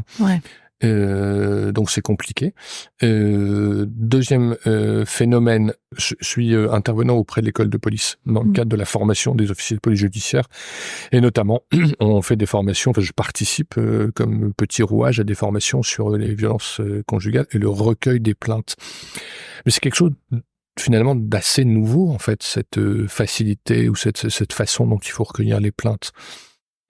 Donc voilà, ça se met en place, mais pas forcément assez vite. Enfin, de toute façon, chaque femme qui meurt est évidemment une femme de trop. Enfin, chaque femme même qu'on violente est une femme de trop. Ça devrait pas être admis. Mais enfin bref, ce que je veux dire par là, c'est que oui, c'est vrai. Quelquefois on les renvoie, et j'ai presque envie de te dire en forme de provocation. Et alors, on va s'arrêter, donc on le fait plus. Parce que ça risque de pas marcher, ou alors on le fait une fois, 2 fois, 10 fois, on essaye, on réessaye encore. Mais ouais, c'est vrai que c'est c'est hyper complexe. Sur les femmes victimes de violences conjugales, moi je peux t'en parler, femmes et des hommes, parce que j'ai les deux. Je peux t'en parler pendant des heures, d'autant plus, comme je le disais en introduction, il y a une connotation sexuelle souvent. Enfin, quand on est un objet, on l'est sur tout point de vue. Mais on va garder cette parole-là peut-être pour quelque chose de plus tard. Peut-être qu'on va s'en servir, dis donc, de tout ce que tu as à nous dire. Après, on fera un épisode sur les vacances. Ouais, parce que ça sera aussi sympa, parce que là, ce sera diffusé pendant l'été. Voilà, mais bien sûr, j'aurais prévenu en amont avec un fameux trigger warning que bien sûr que non, cet épisode n'est pas à mettre dans toutes les oreilles, parce que ça peut être difficile. Et en même temps, en même temps, il est aussi à mettre entre toutes les oreilles, parce que ça s'appelle la réalité, la vérité. Après, moi, je me dois de mettre un trigger warning. De toute façon, je suis un peu obligée de le faire. Non, mais c'est l'occasion de dire, bon, à quel âge mettez-vous en garde vos filles? Et vos fils, d'ailleurs. Oui. À quel âge dites-vous à vos fils, on ne touche pas sans le consentement? Donc, à quel âge parle-t-on du consentement? Aux filles et aux garçons. Mais aux garçons, peut-être on devrait commencer par leur dire, attention. Je pense que sans distinction, en vrai. Oui, en fait, oui. C'est attention, tu dois demander, attention, tu dois... oui, parce qu'en fait, qu'on soit une petite fille ou un petit gars, c'est pareil, il faut demander. Ouais. Et moi, je suis partisane, pour l'avoir pratiqué, du consentement depuis le jour 1. Ouais. C'est-à-dire que ça commence avec le changement de couche. Ça commence à dire, c'est pas on demande l'autorisation au bébé si on peut changer sa couche, parce que de toute façon, clairement, il va pas nous la donner, mais c'est expliquer ce qu'on fait et pourquoi on le fait. C'est dire, là... voilà, j'ouvre des grands yeux, ça se voit pas, mais j'ouvre des grands yeux parce que j'avais jamais été au-delà Parce que c'est son intimité, et autant quand ils sont nourrissons, bien sûr que non, ils se rendent pas compte, et que voilà. Mais quand ils commencent à avoir, tu vois, 1 an, ou là, tu commences à avoir un peu plus d'interaction, c'est expliquer. Avec des mots, et pas dire... On a le droit d'utiliser les petits mots zézette, pépette, machin, mais ça, c'est les mots qu'utilisent les agresseurs aussi, et ils s'en servent.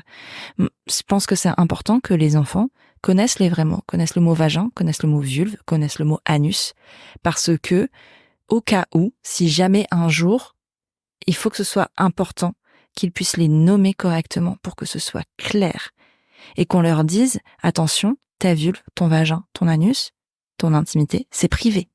Et puis, on peut parfaitement faire cohabiter les deux mots. Oui. En fait, les deux sont, notre discussion de la première fois, là, moi, j'avais réfléchi à ça en me disant, parce que l'un des premiers boulots que je fais avec ces gamins, c'est de leur dire, bon, alors, comment on fait la différence entre un garçon et une fille?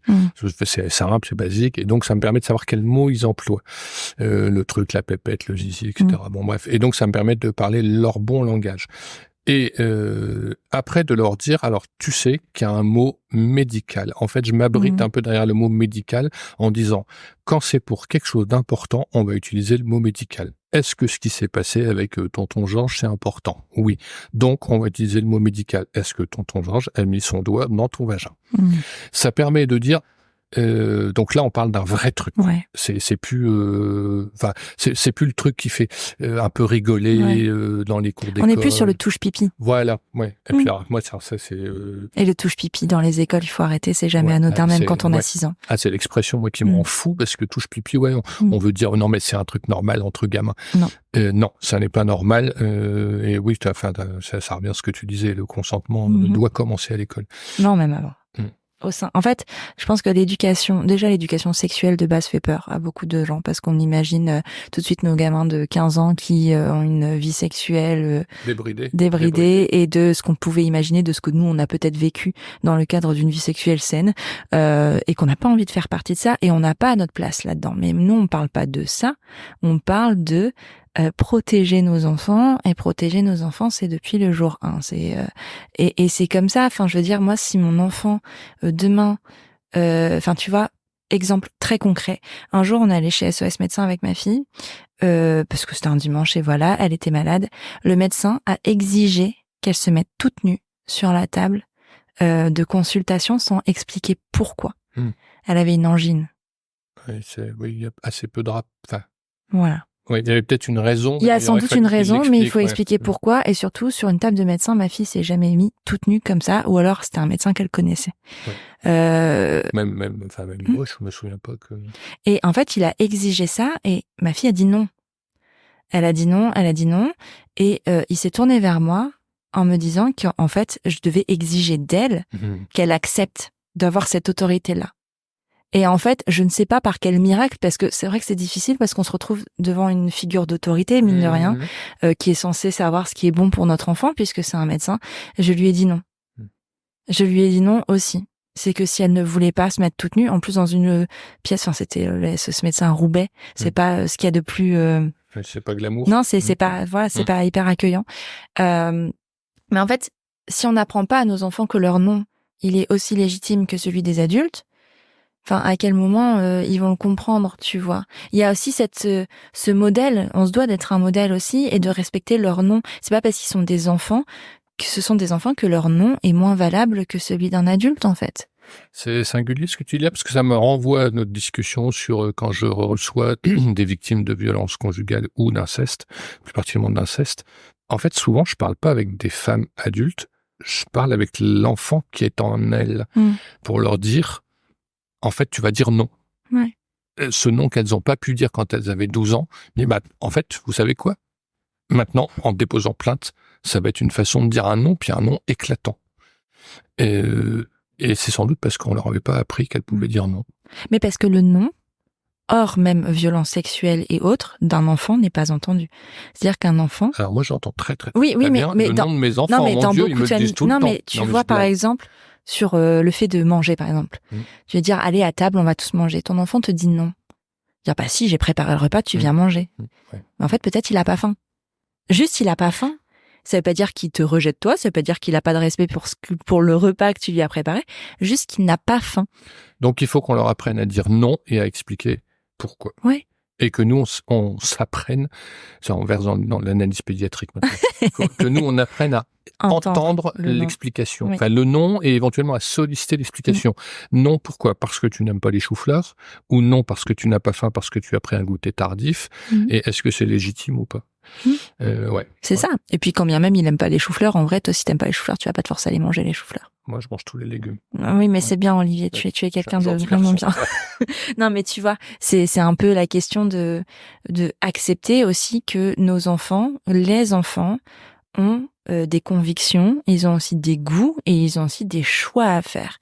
Et que si on ne les entend pas quand ils ont 1 an, enfin, après c'est en fonction de l'âge, 2 ans, 3 ans, 4 ans, 5 ans, 6 ans, 10 ans, 15 ans, si on ne les entend pas là, les adultes qui seront ne sauront pas dire non. Et ça va être dans toutes les sphères. Là, c'est parce qu'on parle de choses vraiment très graves, mais dans la sphère professionnelle où c'est moins grave, là aussi, il peut y avoir de l'abus. Et j'ai envie de dire, en fait, à partir du moment où la parole n'est pas entendue, c'est grave, en fait. Oui, alors c'est singulier, là aussi, parce que ce que tu dis me renvoie toujours à mes dossiers. Non, mais je me dis qu'en fait, le pédophile, il commence toujours par un truc pas grave. Il obtient de l'enfant, ou il donne à l'enfant quelque chose qui est anodin. Et c'est comme ça que ça va marcher. Parce que ça va être une caresse, puis une caresse sur la cuisse, puis une caresse sur le ventre. Voilà, tu vas dire, on va s'approcher, il va s'approcher du but peu à peu et habituer l'enfant à ne pas dire non, justement, parce que c'est pas grave, parce qu'on va pas en faire une histoire, parce que et ensuite il va apprendre, c'est fou ça, il va apprendre à l'enfant la culpabilité. En fait, il va lui soit le biais de c'est normal, tous les papas, tous les tontons font ça, soit le biais de si tu dénonces ce qui se passe, bah tu vas faire du mal à tout le monde. Et puis les enfants ont cet esprit de loyauté vraiment très fort, c'est-à-dire que un enfant, même devenu adulte, aimera son parent coûte que coûte. Et c'est bien ça le problème en fait. C'est bien ça le problème parce que ils apprennent aussi que le parent est tout puissant. Parce que c'est le parent qui décide de tout, parce qu'il est garant à un moment de sa sécurité, et parfois on fait des choix qui vont à l'encontre, tu vois. Enfin, vraiment au quotidien, moi je m'en sers de ça. Tu vois, par exemple, un jour ma fille est malade, il y a des antibiotiques, elle déteste ça. En fait, là, tu n'as pas le choix, et c'est pour ta santé, c'est une question médicale, donc je ne te laisserai pas le choix. Mais j'explique pourquoi. Tu vois, c'est pas un non, c'est comme ça, point, je suis ta mère. Oui, si on explique, ça va mieux. C'est vrai qu'ils aiment leurs parents coûte que coûte. Le nombre d'enfants victimes d'inceste direct, j'appelle d'inceste direct l'inceste par le père ou la mère, mais parce que j'ai les deux, et donc ils aiment leurs parents coûte que coûte, ils aiment le père violeur coûte que coûte. Et ça me fait penser à une deuxième difficulté, je sais pas si on l'avait déjà évoqué, mais qui existe, que je vois dans les dossiers, qui a la difficulté pas pour les tout jeunes enfants, mais pour les presque adultes, ou pour les femmes adultes victimes de viol, la difficulté est liée au plaisir ressenti. On l'avait déjà, mais qui est un truc qui existe, mécanique. Et alors déjà que c'est culpabilisant à mort, je le vois, d'avoir été victime de faits de nature sexuelle, de ne pas avoir résisté, parce que ça aussi, on l'a. Oui, mais enfin, t'aurais pu crier. Oui, mais enfin, t'as rien dit. Oui, mais enfin, si elle a rien dit, c'est que, etc. Puis en plus, elle était habillée comme une pute, donc faut aller chercher les emmerdes. Donc déjà, tout ça, c'est très culpabilisant. Et si, comme ça arrive, il y a cette notion d'une sorte de plaisir. Alors, j'avais lu là-dessus le témoignage d'une jeune femme qui disait « Non, mais c'est un plaisir mécanique détaché de mon cerveau, contre lequel je ne pouvais rien. » Mais ça rajoute une culpabilité terrible à la dénonciation. Alors évidemment, j'ai jamais été victime directe, quoi, mais je me rends compte que, enfin, ce qui peut empêcher la parole, il y a ça aussi, quoi. Il y a beaucoup de choses, hein. Tu vas expliquer ça aux mais ouais, clients, quoi. mais après, tu vois, il y a aussi, et c'est pour ça que c'est important d'en parler, c'est que il y a aussi une façon de voir l'enfant de manière dans la société qui est aussi responsable de tout ça. C'est-à-dire que l'enfant n'est pas considéré comme un être humain à part entière de manière générale. La preuve, c'est pas... Enfin, il y a des endroits où les enfants sont interdits. Si on transpose à ça un endroit où les hommes sont interdits, où les Noirs sont interdits, où les Arabes sont interdits, là, on va dire, attends, c'est du racisme. Mais pour les enfants, il n'y a pas de mot. Alors qu'en fait, c'est la même chose. Les enfants sont une minorité. Les policiers de la brigade des mineurs font souvent quelque chose de très bien, que je reproduis, c'est quand ils interrogent un enfant, ils disent « Est-ce que je peux te tutoyer ?» Et ça, chaque fois que je l'entends, je me dis « Ah bah voilà un bon professionnel qui commence par un basique, et c'est pas parce que c'est un enfant qu'on doit pas lui marquer les mêmes marques de respect que l'adulte. Ou alors on tutoie tout le monde, ce qui moi me gênerait pas, ou alors on vous voit tout le monde, et il lui demande « Est-ce que je peux te tutoyer ?» Donc c'est... Mais bon, la brigade des mineurs, c'est quand même ils sont extraordinaire. Voilà. Mais tout ça pour dire que en fait, l'enfant n'est pas un sous-être humain. L'enfant est juste un être humain qui a moins, qui a qui n'a pas la maturité émotionnelle, la maturité intellectuelle pour exprimer ses propos ou pour vivre ses propos à la manière d'un adulte, mais l'adulte doit être là pour l'accompagner, pas pour lui dire ce qu'il ressent, pas pour lui dire ce qui est ok ou pas ok de penser, de ressentir, pas pour lui dire non je te crois pas, non t'as pas raison, non t'as pas le droit non tu manges tes choux-fleurs, même si tu n'aimes pas ça. En fait il y a vraiment une question de perception de l'enfance dans notre société française. Et ça part vraiment de l'interdiction de la fessée en 2019, tu vois. C'est pas... c'est pas anodin. C'est pas anodin. Pourquoi en 2019? Et puis en plus, c'est même pas vraiment impliqué. Et on entend encore toujours, c'est pas une fessée qui va me tuer, c'est pas, ça n'a jamais tué personne. Ou alors, je l'ai vécu, j'en suis pas mort.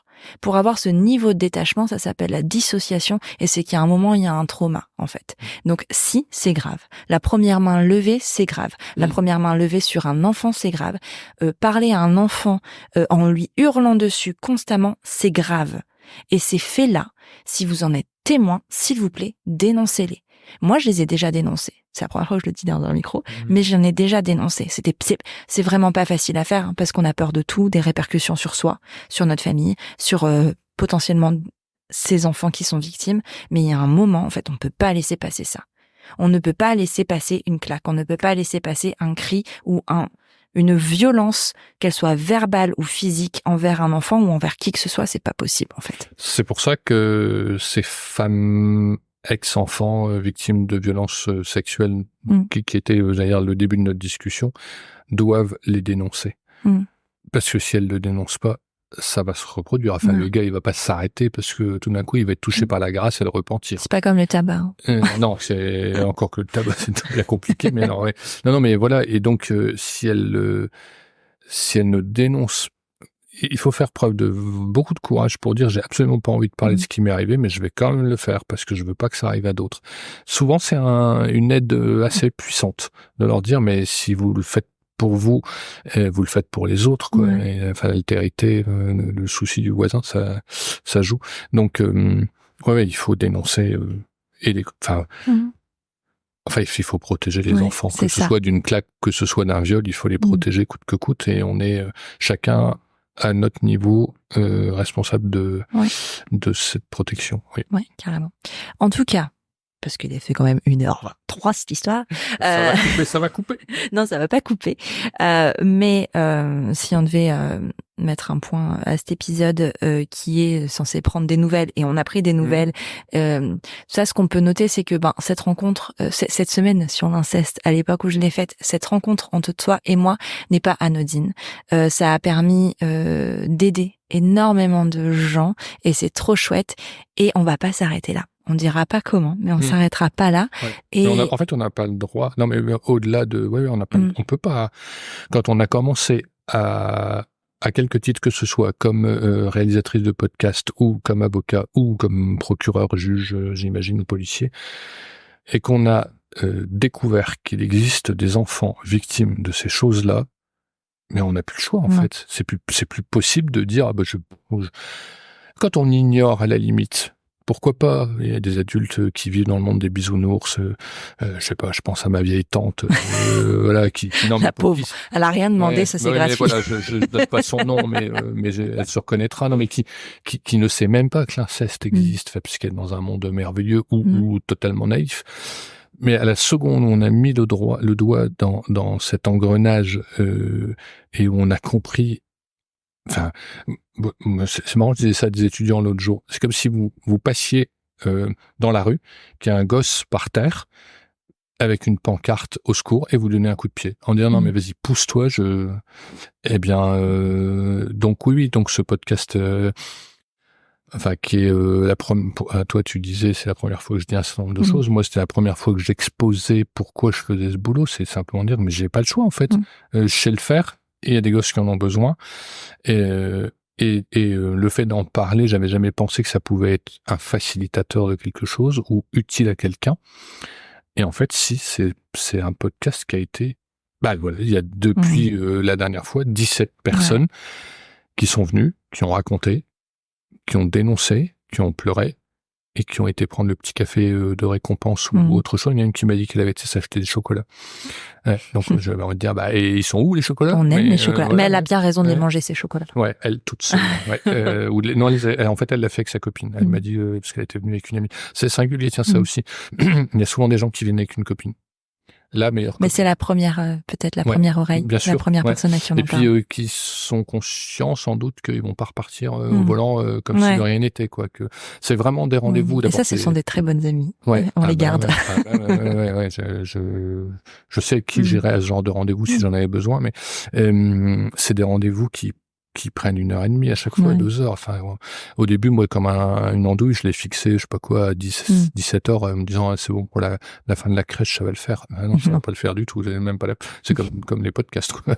Exactement. Mais ouais, mais voilà, il faut dénoncer, même si ça marche pas toujours, même si ça peut rater, même si ça peut ne pas aboutir.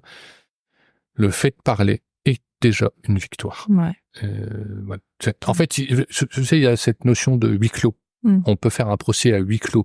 Et moi, je dis, faut pas faire de huis clos. C'est pas à la victime d'avoir honte, c'est à l'auteur d'avoir honte. Donc, il faut dénoncer, il faut parler. Et si on vous traite de menteuse, peu importe, vous le savez que vous n'êtes pas des menteuses. J'ai envie de dire, haut les cœurs, les filles, quoi. On y va et on tape sur la table et on dit, en fait, je m'en fous que vous me croyez ou pas. C'est la vérité. Ça va comme conclusion? C'est très très beau. Presque j'ai envie d'appuyer sur le bouton. Ouais, stop. Non, mais merci beaucoup, Olivier, pour tout ça, pour tout ce que tu fais, pour prendre la parole aussi, parce que cette prise de parole, elle est pas anodine. Elle montre tes convictions, certes, et la dureté à laquelle tu fais face dans ton quotidien, mais elle est aussi cette porte d'entrée du je vous crois, et je pense qu'on n'entend pas assez de personnes d'autorité, typiquement des services policiers ou des avocats ou de toutes ces professions justement qui entrent dans ces sphères-là de la plainte et de la défense de victimes. On les entend peut-être pas assez dire je vous crois, ou on leur donne peut-être pas assez de plateforme aussi. Moi, mais je pense que c'est important. Je suis libre. Moi, je dis ce que je veux. Un policier, un magistrat, un procureur, ils ont un devoir de réserve qui les autorise pas. Ils doivent respecter comme moi, mais plus encore la présomption d'innocence. Enfin bref, pour ça que vous pouvez venir voir votre avocat, moi, peu importe un autre. Parce que moi, j'ai de compte à rendre à personne.